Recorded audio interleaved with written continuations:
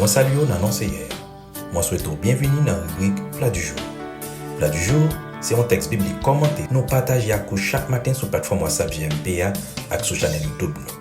Plat du jour, c'est nourriture qui sortit dans la parole c'est hier. Même si on baille corti café avec pain chaque matin, si tu ressources pour légumes dans la journée, c'est comme ça tout, ou besoin de nourrir l'esprit ou la parole bon Dieu chaque jour pour qu'il y ait un mois que l'esprit ou en santé. Dans la route, moi, avoir fait ensemble pour royaume papa bon Dieu, l'important et nécessaire pour nous avec l'esprit nous rester jam et sitôt en santé sur route là. Meilleure façon pour nous faire ça, c'est rester dans la parole avec la prière pour nous avoir l'énergie nécessaire pour nous camper sur parcours. Chaque matin, nous invitons à râler fouchette ou à Kéo pour déguster plat du jour. Tant pis, Seigneur moi, vous aimez, nourris ma parole vivante là. Nourris ma parole vivante pour servir bon Dieu vivant. Tout autant moi aider vivant. Bonjour à tous, nous te saluons au nom de Jésus. Bienvenue à ce numéro de plat du jour pour ce samedi 28 décembre 2024. Aujourd'hui, notre plat est préparé dans le livre des Psaumes, le chapitre 37, le verset 5. Remets ton sort à l'Éternel, mets en lui ta confiance et il agira. Ce verset tiré d'un psaume de David est une invitation à abandonner nos préoccupations, nos projets et nos luttes entre les mains de Dieu. Il repose sur 3 éléments essentiels: la soumission, la confiance et l'assurance de l'intervention divine. Premièrement, remettre ton sort à l'Éternel, c'est la soumission totale. L'expression « remettre son sort » signifie déposer son fardeau sur l'Éternel. Cela implique un acte volontaire de soumission où nous choisissons de ne plus porter seuls nos angoisses, nos décisions et nos responsabilités, mais de les confier à Dieu. Cette démarche demande une reconnaissance de la souveraineté de Dieu, c'est-à-dire accepter qu'il est au contrôle de toutes choses et qu'il sait mieux que nous ce qui est bon pour notre vie. Un abandon total, c'est-à-dire cesser de chercher à tout résoudre par nos propres forces et laisser Dieu agir à sa manière. C'est une preuve de foi active qui consiste à dire « Seigneur, je ne sais pas ce qui va arriver, mais je te fais confiance pour diriger mes pas. » Deuxièmement, mets en lui ta confiance. Ici, il s'agit d'une foi inébranlable.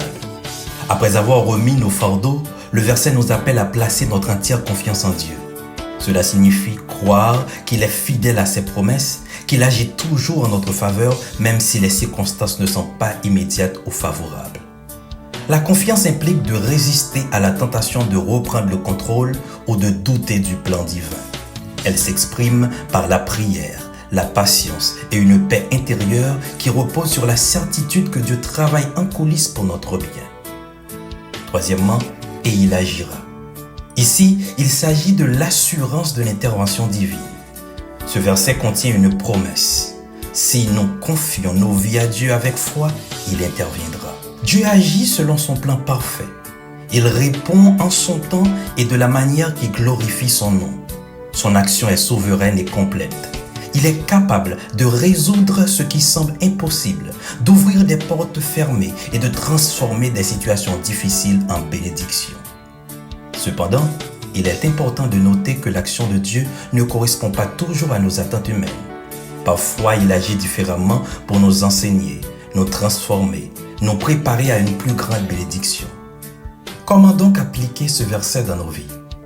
Tout d'abord, il faut apprendre à lâcher prise. Prenons l'habitude de déposer nos inquiétudes dans la prière. Disons à Dieu ce que nous ressentons et laissons-le prendre le contrôle de nos situations. Deuxièmement, il faut faire confiance dans l'attente.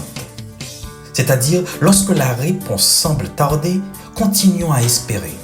Rappelons-nous que Dieu est fidèle et que son silence ne signifie pas son absence. Troisièmement, il faut observer ses interventions. C'est-à-dire, prenons le temps de reconnaître et de remercier Dieu pour les nombreuses façons dont il a agi dans notre vie, même dans les petits détails. En conclusion, ce verset nous enseigne à vivre dans une soumission confiante et à marcher avec l'assurance que Dieu agit toujours pour notre bien et en son temps parfait. Bon appétit à tous, bonne journée, soyez richement bénis au nom de Jésus. Merci bon Dieu pour bon moi parole ça. L'aime décourager li pas moi fort. Lem pren goût, lem mwen soif, mwen sipote. Parol sa gen pote la dan. T'apri pa kite l'pase au matin. Pou m'pa pran randevou ak bib mwen. Sa m'pa jwen medikaman moun bezwen. Pou pase jou